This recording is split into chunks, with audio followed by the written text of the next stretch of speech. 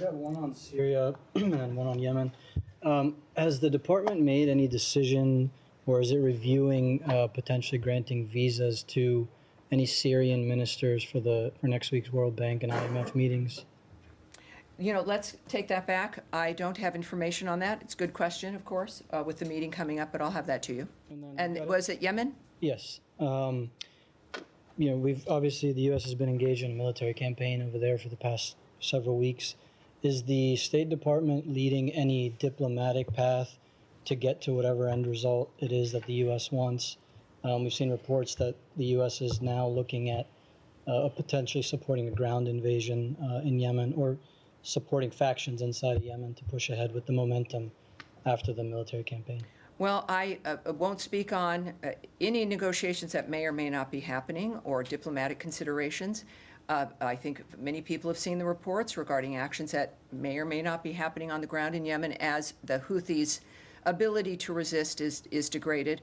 That's not something I can remark on. Of course, though, when we think about the nexus of the nature of what's happening in the Middle East, the United States has made its point clear, as the Secretary and through the President, through the ceasefire work and the nonstop efforts regarding the issues in Israel and on the Gaza Strip, and certainly now in the remarkable fact that Iran is at the table regarding their condition, which has also been affected, of course, by the degrading of Hezbollah. Certainly, the disaster that Hamas has brought that region, including Iran. So when we think about the ceasefire and making people's lives better, it certainly affects the entire region. And I think that's what we can all count on. Yes, ma'am. Tammy, thank you. You started out with some of your remarks saying that Iran must stop and dismantle its nuclear program. Well, let me say that was Ambassador Witkoff. Yeah, echoing what Ambassador Witkoff tweeted earlier today.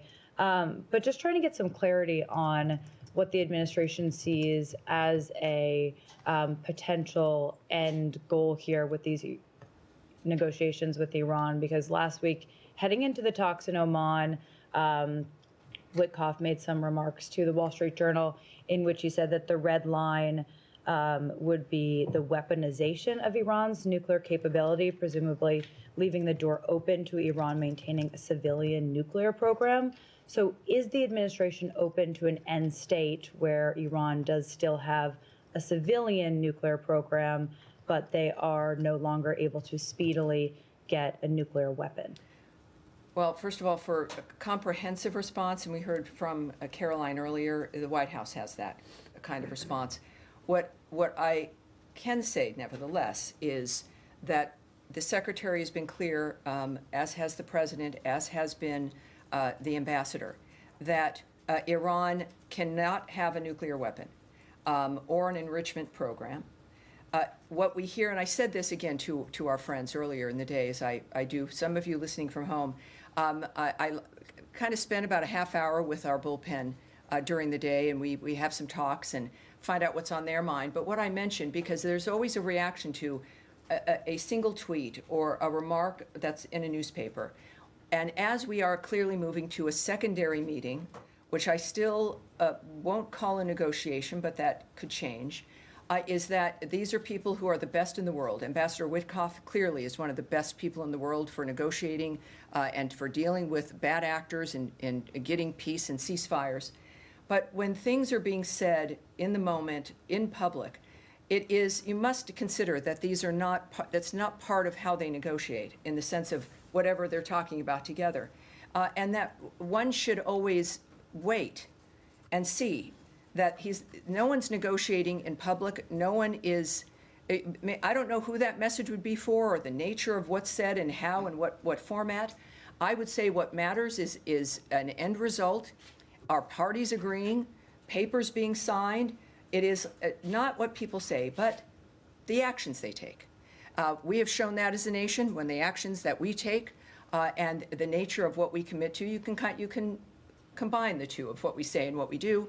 But I would say that there's one goal here, and that is that Iran cannot have a nuclear weapon, and certainly or the enrichment program, And that is, I think, a pretty easy thing to start with, and that is the one thing that we know that they're working on, and I think we'll have some success considering who we're addressing. So just Yes, sir. Follow up on Iran. You mentioned Ambassador Witkoff's tweet today. Last night in an interview with Fox News, he was talking about keeping Iran's enrichment levels below 3.67%, which is like on par with JCPOA. Today he talked about eliminating Iran's enrichment. So what's the reason of this difference here? Well, if you can contact the White House, but what I just noted to you is that these are comments that are made. It could be made, by anyone in the moment of something that's happening. I would point to his comment today on Twitter, but I also, Ambassador Witkoff speaks for himself quite well, and he is a very transparent man.